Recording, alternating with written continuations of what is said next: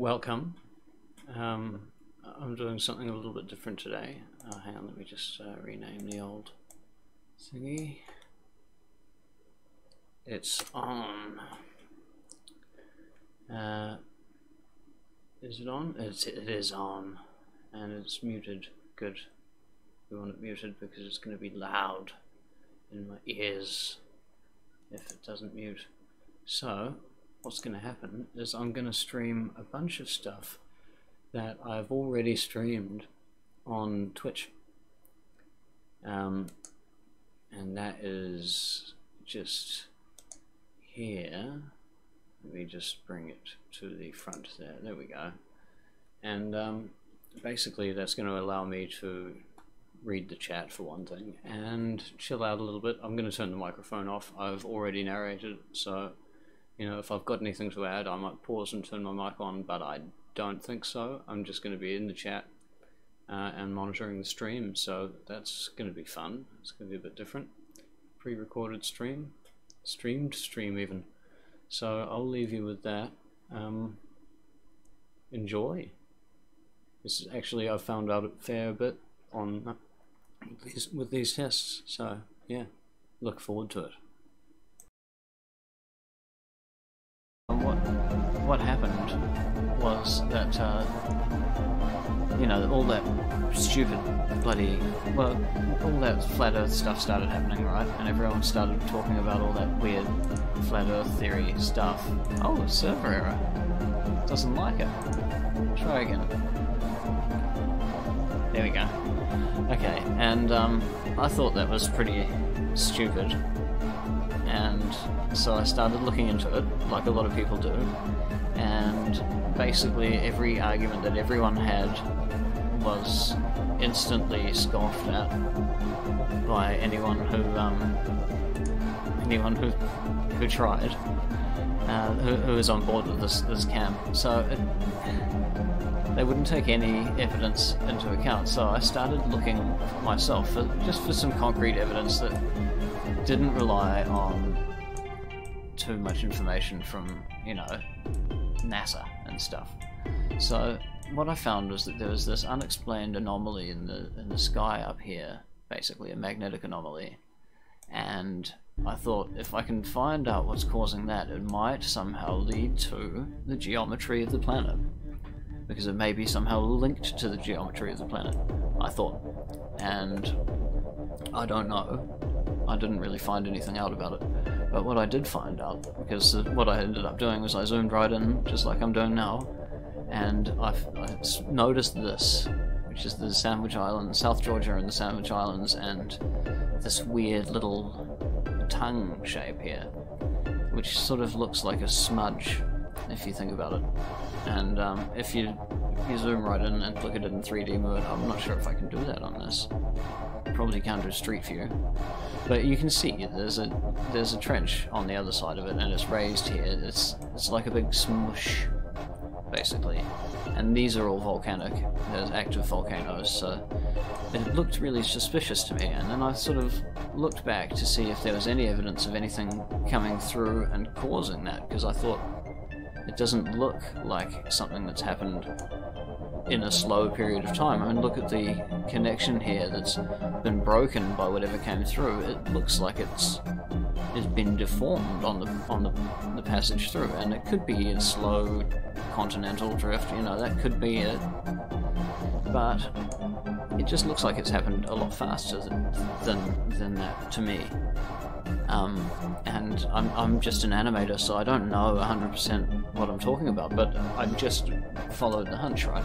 So I sort of followed the streak back, and I noticed that it's actually led into, the mouth of that is actually led into by this gouge, which is outlined by those two lines there, right? And this right down the center of it. So what I'm picturing is bloody hot magma in this area here, being split open and leading to an exit wound over here. So okay, so we've got that. And then I sort of followed that gouge along, and it leads me to this chain of volcanoes, which is okay. Sort of still supports this idea that maybe something's brushed through across the surface here really hard. And sort of I follow this chain of volcanoes, and it comes up, and underneath this shelf here it disappears, right? And that's underneath Tonga and Fiji and stuff. It just sort of, this chain of volcanoes drops off. And then that's all well and good, but it picks up again over here. And it continues, right? And it continues all the way to this mess of volcanic activity, and, you know, everything about this looks like an entry wound already, right? So what we've got is what looks like a trail that leads from those two locations, and if you zoom out, and unfortunately cloud cover ruins this to any great degree, but you can sort of picture this is where it is here, and if I now, yeah, see there's the other one there. So if we draw a line, it actually goes clean through those two locations, and it follows that volcanic trail. You see, it's a straight line, and it goes clean through the earth, so it's not flat, for one thing, and also a straight line goes clean through it and rips it in half, by the looks of it. See, because we've got all those, it's basically just an alternate to a continental drift idea. It just happens at a much faster pace. This tear from here to its equivalent over here, that happened a lot faster than the millions of years that they're saying it's happened. I'm saying it's happened overnight almost. And what that led me to start looking at was, you know, something that big. How could something that big have hit the planet? You know, what would it have to be? So I started thinking about what sorts of things might hit the planet like that, and I was looking at it, and I noticed that all these continents all look like they fit together like that, and so do the rest of the continents. Like on this side they look like that as well. And so just on the off chance, I suppose, I got to looking, and I found a much larger version of the same imprint, leading to the same sort of split, right on the edge there of the same split. And I thought, well, that's interesting, and let's follow that. Because obviously it's a bit broken and it's a bit condensed, but you can still see that there was a trail that led back up through. And it's, like I say, it's a bit condensed because the impact happened on the other side last time. But it does lead to an area where there's known to have been an impact crater around here-ish. So what we're looking at is something that's done the same thing on the same angle in the past, before something else did that same exact thing on a different angle. And the thing is that the more you look at it, the more you think, hang on, the more you look at it, the more you see the correlation between the edges. I'm not going to go into great detail about the way these link up, but if you get a map and look at it, you'll see they link up as if they were torn apart quite quickly. And some of the fossil records make a lot more sense as well if the islands were if the continents were ripped apart a lot more quickly. So it's just an interesting coincidence, of course. And what else is interesting is that if you move along another 270 degrees, you see the big bite, which is the same shape again, with the same crack, and the same compression on the crack, and the same deformation in the compression, and another sort of, this would be the region of the impact here, and it's just an interesting thing that would be the case. So we've got now 3 impact craters, to my way of thinking, and they all come in at the same angle, and they've all been caused by the same thing. So chances are, if you keep looking, you find even more, an even bigger one than the big bite.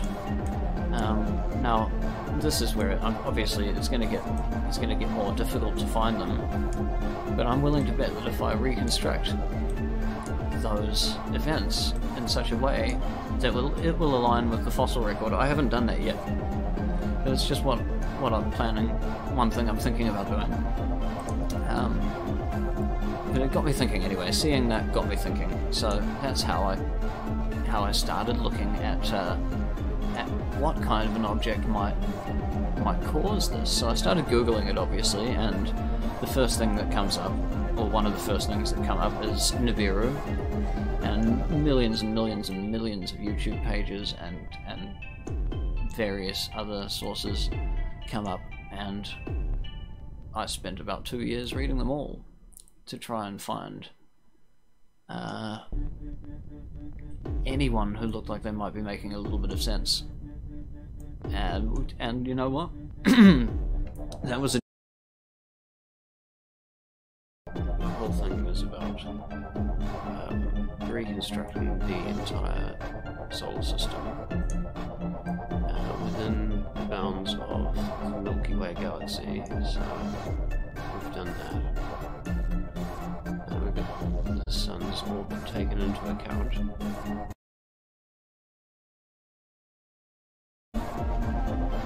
Let's deselect all this stuff. Let's have the sun in the center so that we don't get too carried away, too lost. And let's set it to go. Let's see how that goes. So we got Cloud9 comes in and over. Oh, it looks as though it's going to coincide with Earth a little bit. Oh, that's good. And then comes through and past. It seems if we compare Earth's orbit now to Earth's orbit then, which I can actually do if I'm quick, simply just by zooming out a little bit. There we go.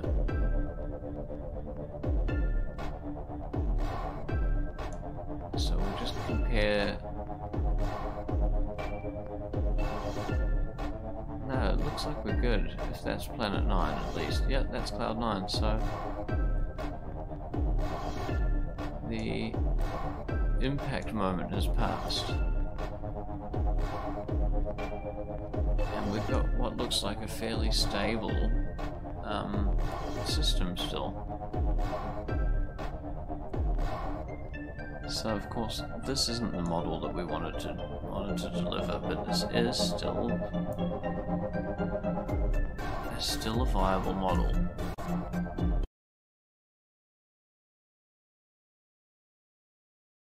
So we got the Nemesis system in the Milky Way. Take one. Let's do it. We're going 1 month a second at first. We'll speed this up. I just want to see that it's worked. Okay, so it has. Everything is behaving as expected. Nemesis is over here, happy as Larry.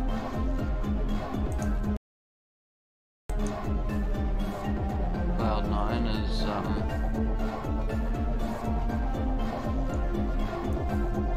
oh, it's Cloud9.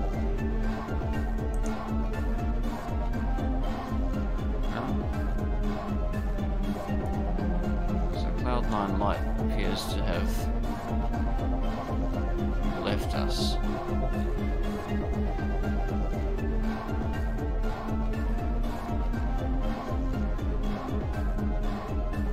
I think it has just literally shot off into the middle of nowhere.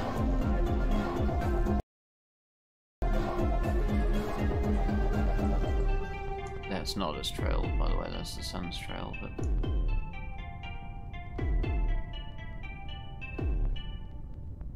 so why is Cloud9 light just gone? I think it's fallen into Nemesis.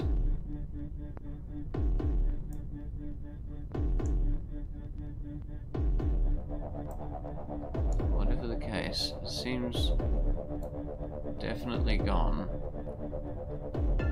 So we've got Nemesis still not crossed up over yet, over the orbital plane, but Cloud9 is on its moves. So I don't know what's happened to the to Cloud9's orbital body, but I want to watch the simulation come through. Obviously, Nemesis is not moving fast enough, so we're going to change this. Let's see how fast we can go. Let's go to a year. 1 year is us evening out. No, so we're limited at 0.4 of a year, which is around about 3 months.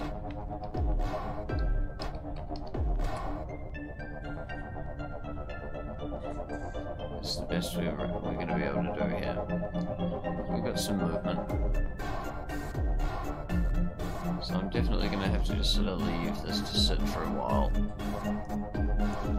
But I want to see the full transit, so we're going to have to in order for it to work. So as I say in the thing, it may take some time. Luckily I've got a sipper. I can have myself a little drink. I encourage you to, you know, it's early, have a coffee. Or if it's late where you are, have a nightcap, I don't care. No one's judging. But, well, I'm judging, I'm gauging the validity to these ideas. Obviously, just anyone can set anything up. I can put a TARDIS in this simulation if I wanted to. That's not the point. Well, I'm trying to keep it as realistic as possible, and I'm working with only data that's been provided by, well, various sources. The sources is where it gets a little bit sus. But, you know, you can't just write something off because you don't agree with the source. And this is the crux of the issue. There has to be testing done regardless of whether you disagree with the person, or dislike the person, or whatever the situation is. There's a lot of really awesome people out there that are putting information out about this incoming planet of doom. People are getting genuinely upset. People are really worried, and I just want to see. I want to put some credence to the whole thing, or remove the credence. We want to just want to get to the bottom of it. And my favourite way to do that is to fuck around. So we're just going to test the plausibility of the whole thing by making these repeatable simulations. It's not absurd that a planet this size can hit Earth and just fly on past and not affect the solar system. So now, can that work with a giant brown dwarf as well? Sitting there? And we've got no major changes, noticeable major changes. Obviously there'll be changes. Now let's look at our orbits again. So Nemesis is still just going around. Yeah. So it's all pretty much how it was set up.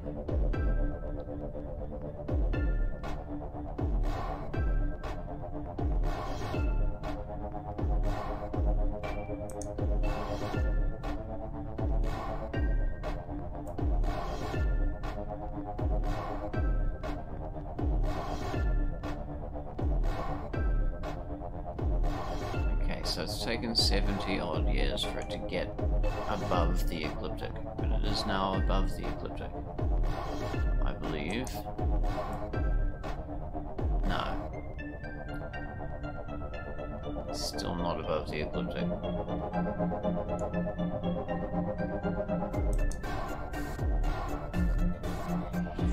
Well, we'll see when it gets there. I guess this is a good angle, as good an angle as any. I'm gonna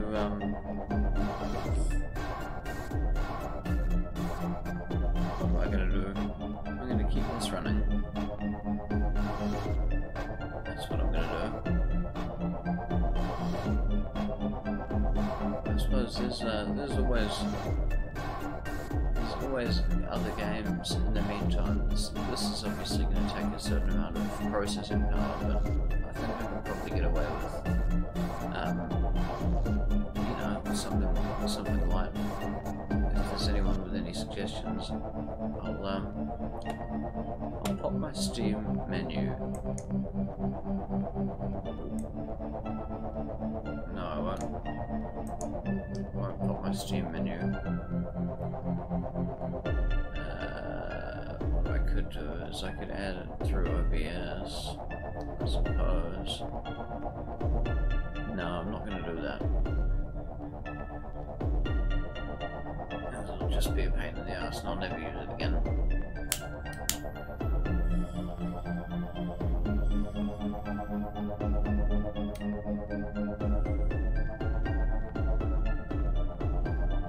If you do like the music that you hear here, check out the Big Blue Bear on SoundCloud. SoundCloud/Big Blue Bear. There's more of this, and there's a lot of other stuff. I can't guarantee you'll like it. It's not for everyone. That's what good. Well, good is subjective, and that's what we all love about good. That's what not everyone loves about good.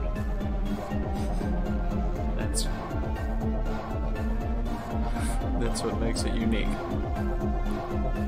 right? I think we're good. Mostly good.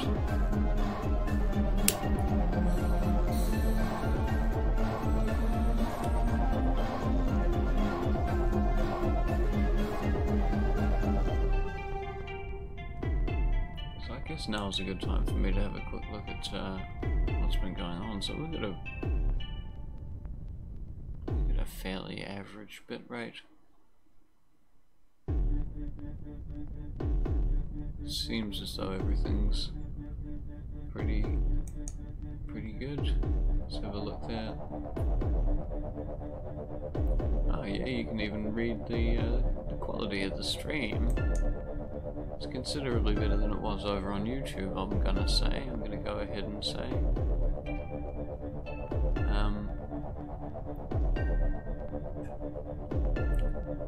That's a bit rude. I've got one viewer and they put it in red that you're important to me, viewer.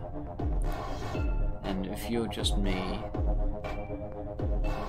watching the preview, then for shame. How dare you? I can't even hear you. You can't even hear me. Something. I can set up rooms and stuff in the stream chat. Okay. Okay. Well, what do I do? I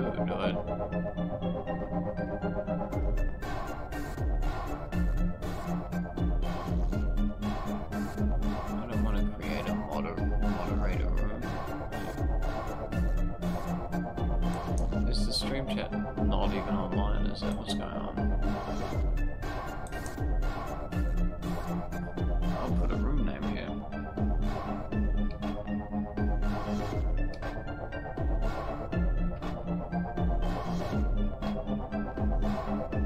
Okay. There we go. Now there's a bloody room.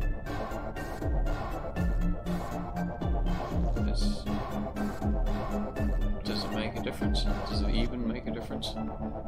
It doesn't seem to. Now I've got a list of rooms. No, so stream chat is a separate thing. Okay. See, I'm learning. We're learning. Yay. Oh yeah, great emojis. The oh yeah, so they're heavily customizable by the looks of it. Oh, that's neat.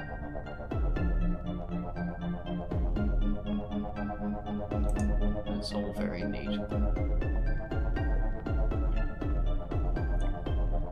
Sorry, I'm just playing around with the settings of the Twitch stream, don't mind me. Oh, but hey, look at that. Nemesis has risen above the ecliptic, so we're actually getting somewhere here. Let's have a look at our orbits. So it's still a ways off before it actually does anything of consequence to the solar system. But that's pretty exciting. We've got movement.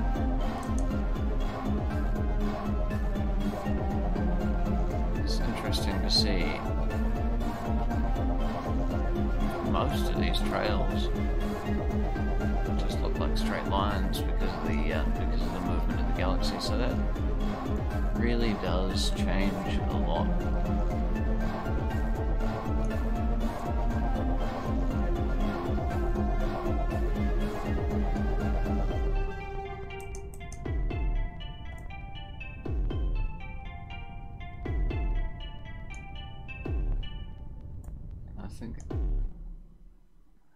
I think it was worth setting up a galaxy like this for the simulation because it just makes it look so much cooler. It really does, and it also shows the movement better, I think, because you've got the trails behind you, you know, like planets like Uranus and Neptune and Pluto even, you know, they don't move that fast. And so you don't really see any movement, but with everything in constant motion like this, you actually get to see quite a lot of movement from them because they have relative movement. I mean, look at Uranus right now. Uranus is flaring up.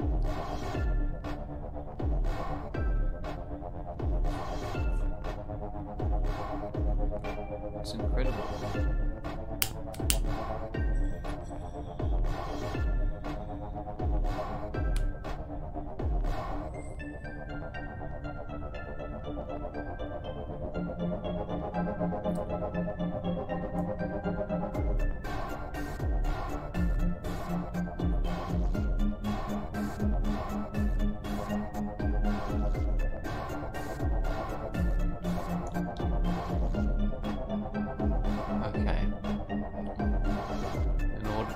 Transit complete. It really is going to take some time,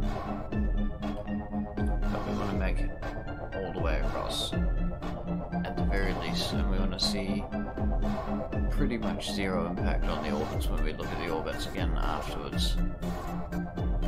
So it's going to be a wee while, and what I might do, just for a short period, unless some viewers start showing up, is actually turn off the mic and just sort of leave you guys there without any sound, without my sound, just so that I can potter about, because you know, I've got a few things like that I'm starting to look at and they're starting to bug me. So, you know, I'm still here, and this will run. I just need this simulation to keep running, basically. So, if you join me, feel free to whatever you do, and yeah, I'll be back in.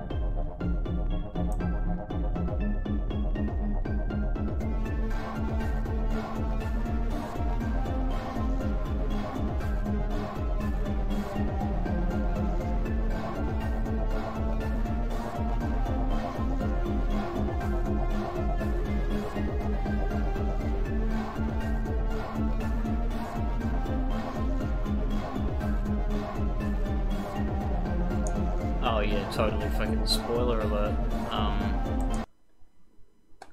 Nothing happened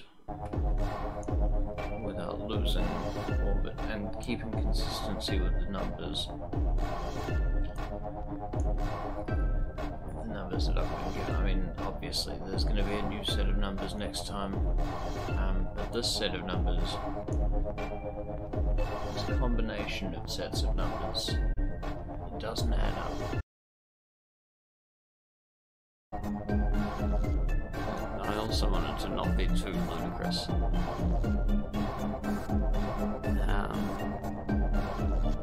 It's already pretty ludicrous. Let's do it. Let's just do it as it is. Now, I wonder if we can even get away with 1 month per second now.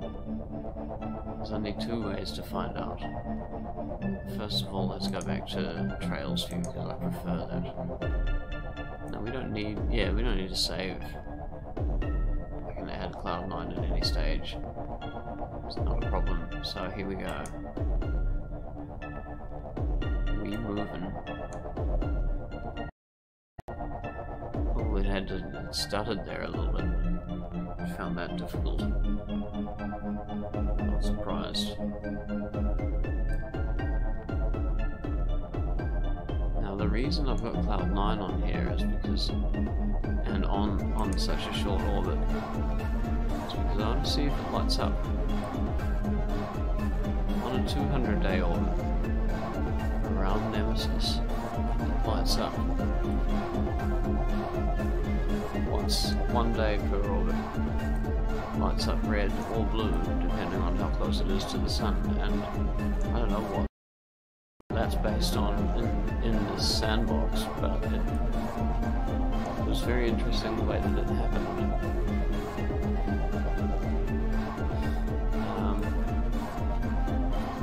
Because, well, it fits in really nicely with that cycle. And I thought it was a neat little, tidy little pause for the cycle, potentially, but, oh, that's right, that was extremely eccentric. It was getting very close. Okay, so it's not going to happen here.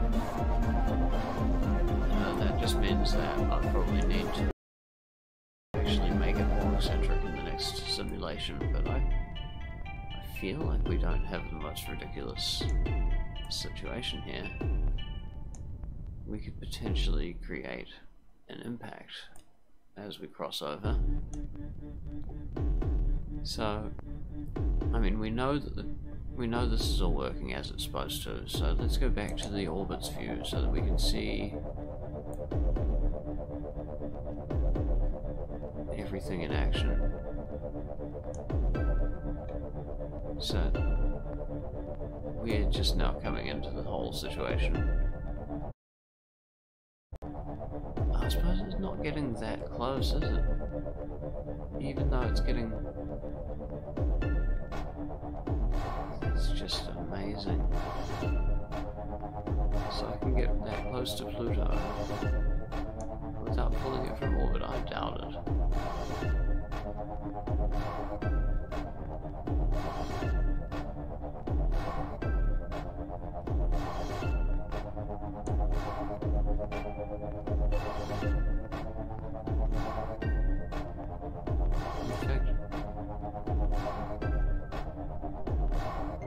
Everything's changed. That's very interesting. What's going on here?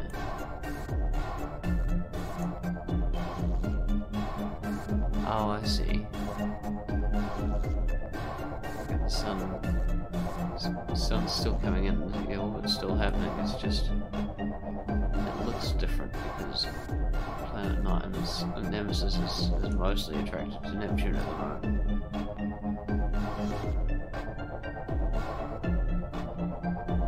Isn't that weird?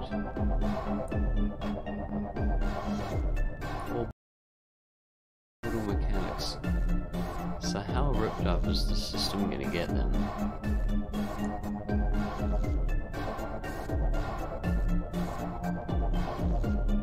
Neptune hasn't switched. Neptune still orbits the sun. Cloud9's Yeah, Pluto's way off now. Pluto's the first casualty of this particular simulation. So we started too close. We happened to start at exactly the right position in the previous simulation. So I'll probably rewatch that and just quickly grab the mean anomaly unless someone wants to skip back and do that. Oh, hang on, can't I just do that? Someone. Who am I talking to? Fuck. I can do it though, can't I? Somehow, I don't know. I could. I suppose simulations. Oh wow, what's going on with Cloud9? We've lost Cloud9.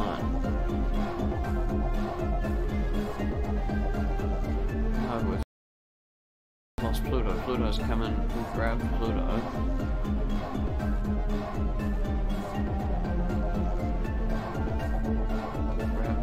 We just ripped it off and it's just out. See you, Pluto.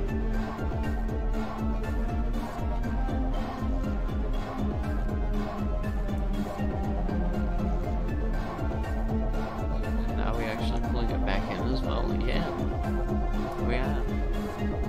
So even though we've pulled Pluto out of orbit completely, I think that it may be salvageable.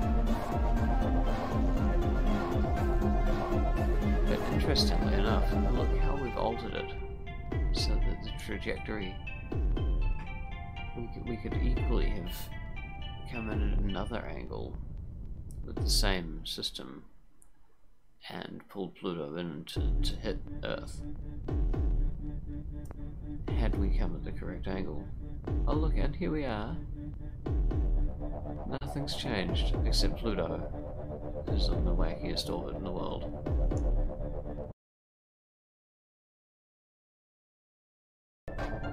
We're off.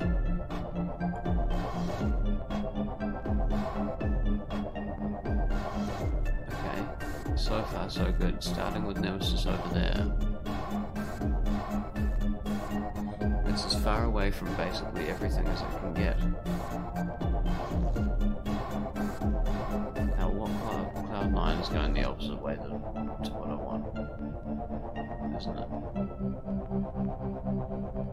Aren't you, Cloud9? You're going the wrong way, aren't you? It doesn't matter. Well, it sort of matters. It's fine.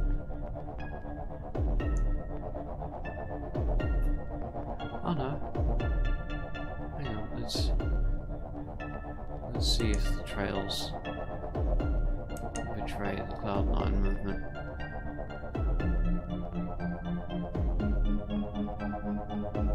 It's very hard to tell. I'm just gonna have to see.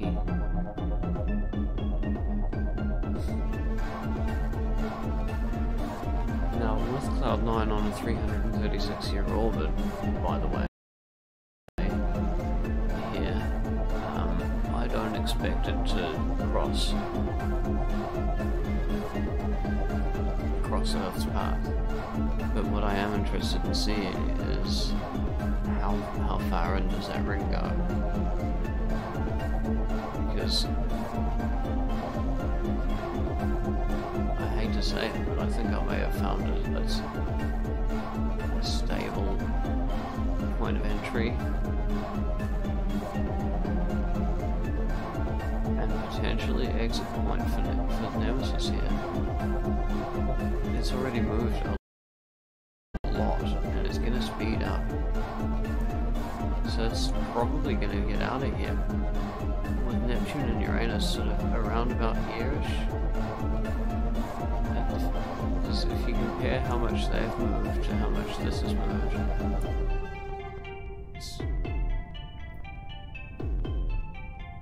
it's worrisome. That's what it is. Because Well, that could very well fit. And Cloud9 has actually moved down quite a lot. We may have an impact as well. We may have stumbled on the exact right coordinates here.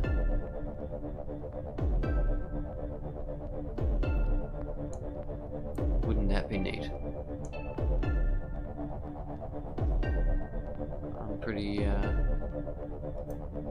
I'm actually kind of excited now. This is working a little bit better than I'd hoped.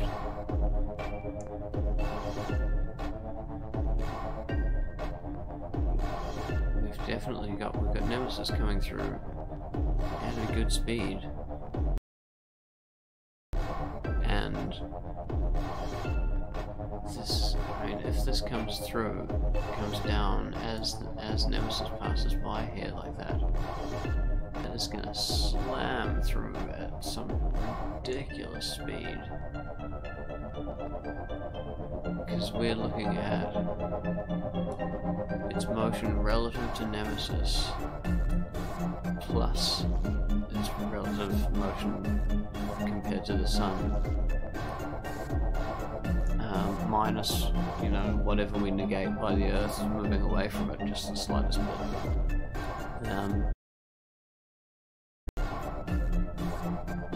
It's not going to be enough, I'll tell you that much. It happens to line up quite well. And it's all superficial. I mean, it doesn't prove anything whether it lines up or not. I know this, but look at this. There's something interesting happening with Cloud9's orbit now. It's no longer circular.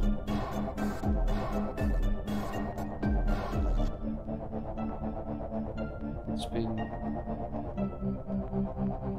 That's interesting. That's very interesting. So what's happening is it is being pulled downwards by the Sun, I guess, and by the barycenter of the solar system.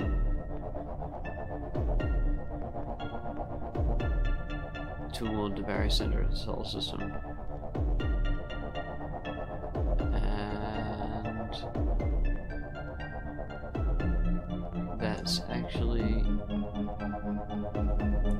making it highly elliptical at the other end over here. To the point where it may escape.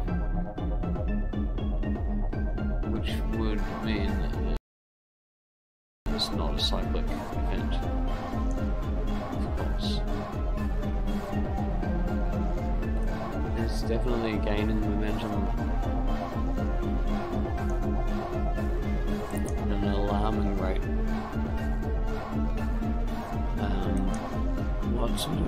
What sort of momentum are we looking at? Okay, so that's relative to Nemesis. It is picking up speed. Oh, and Nemesis has just done some... That's fine. Whatever that was. Oh yeah. Okay, so it's tightening in now. There is some strange stuff happening with Cloud9. Yeah, it's changed. It's now orbiting the Sun. We've lost it again. Like we did in the last one.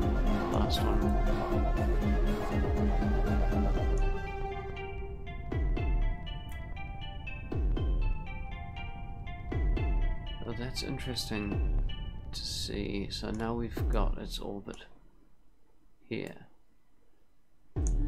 And I'm going to skip us forward a bit. Yoink. Pluto that way. At least we can only have slowed it down so far. Mysteries. It's a pretty big mystery, that one. Pluto's orbit changed a lot, but it seems though we came in behind it. Unless we've been pulling it the whole way around. No. Even that doesn't make sense. Been behind Pluto most of the way, so why is Pluto changed in orbit. Neptune and Saturn, Jupiter, they're all, well actually now that I look at it, they're a bit wonky. But they're still pretty much in the same sorts of locations. Well, hi again, or hello for the first time, because you may not have met me or seen me before. And that's okay, because I don't care about that. What I do care about is getting these simulations done, and there's a reason for that. This one has been running now for oh shit, that's not gonna help you. Just let you know that I'm playing Flesh Gorge on by the Big Blue Bear. He's not the most prolific artist, I might add, but I quite like him. I'd have to though.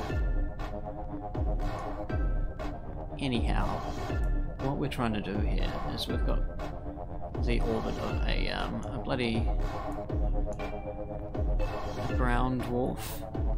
We're trying to integrate that into the solar system in such a way that it actually crosses the path of the inner planets, or at least gets bloody close to it, and close enough that an orbiting body that it carries around with it should impact Earth, and that should be able to happen cyclically,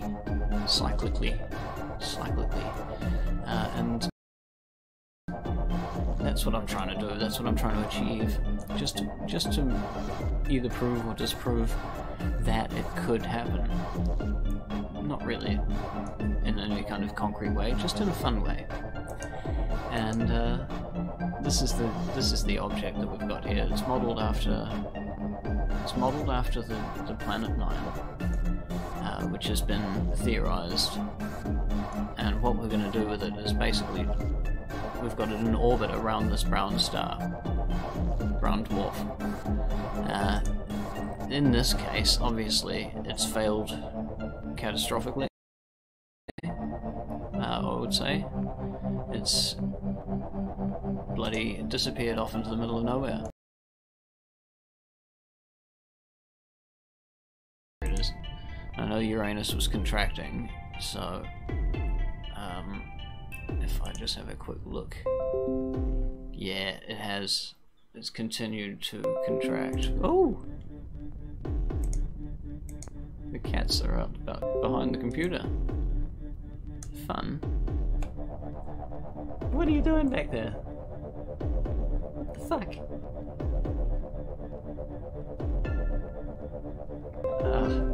Okay. Just 1 second. Come on now, hey. You cut that up, would you?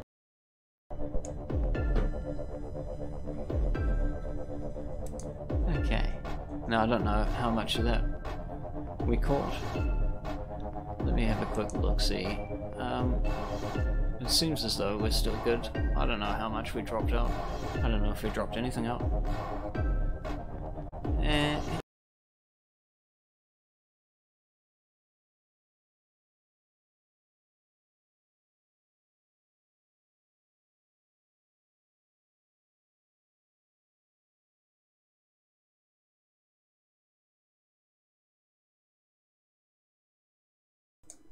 Okay, right. So that was those streams. Oh wow, good old Twitch, eh? And just in case you're curious, this is the simulation. It is still running, and it is now 3,297 years in, 98 right now. We've still got Cloud 9 off into the distance there, so it doesn't look like this is closing, but it's still on the move, and Nemesis is just coming around, so we're not halfway through, and it looks as though they're slowing down just enough that when they get back here it probably will still have maintained that 2,900 year orbit roughly. Cloud 9 obviously is out of there, but in the next simulation that I run, I will make some adjustments to Cloud9 and to the Nemesis system as a whole. I've already got a few ideas as to how to stabilize the whole thing, just from watching over the last videos, so do tune in for that, either on my Twitch when it's happening as it happens live. The videos are a lot longer obviously on Twitch, or wait for the highlights. I'll probably do the same sort of thing. I may not stream them live because that seemed to be a little bit on the glitchy side, but I will download them and stream them or upload them somehow. I'll put them on the YouTube channel as well, so that a highlights video ends up in the playlist every now and then, however often I feel like results gathered.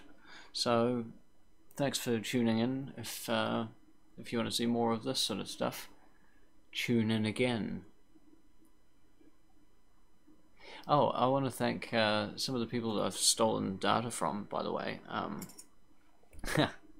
Just as a quick aside, right after I've said goodbye to everyone and they've all clicked out of the window, yeah, Dave Dobbs has put most of this 200-day, although it's now obviously 336 day. He's been the 336 year. He's given me that, and he's also given me another cycle which I haven't managed to implement yet, but I've got high hopes for it because it's based on witness reports. And of course, Jimmy from Bright Insight over at Bright Insight channel, he has been doing a lot of digging as well into archaeological stuff, and that is going to be one to watch. He's coming up with some pretty interesting information, and one of the things that he says, one of the things that he's mentioned is he's sort of alluded to this 13,000 year cycle. So what we've got here is in direct reference to those two contributors. So I do want to thank them for this. It's definitely leading somewhere by the looks of it. So you guys keep doing what you're doing. I'm going to keep doing what I do, and hopefully we'll have some sort of thing in the near future, very near. In time, maybe, to be able to point a telescope at this stuff before it hits or goes past or whatever it does. Until that happens though, do keep it real.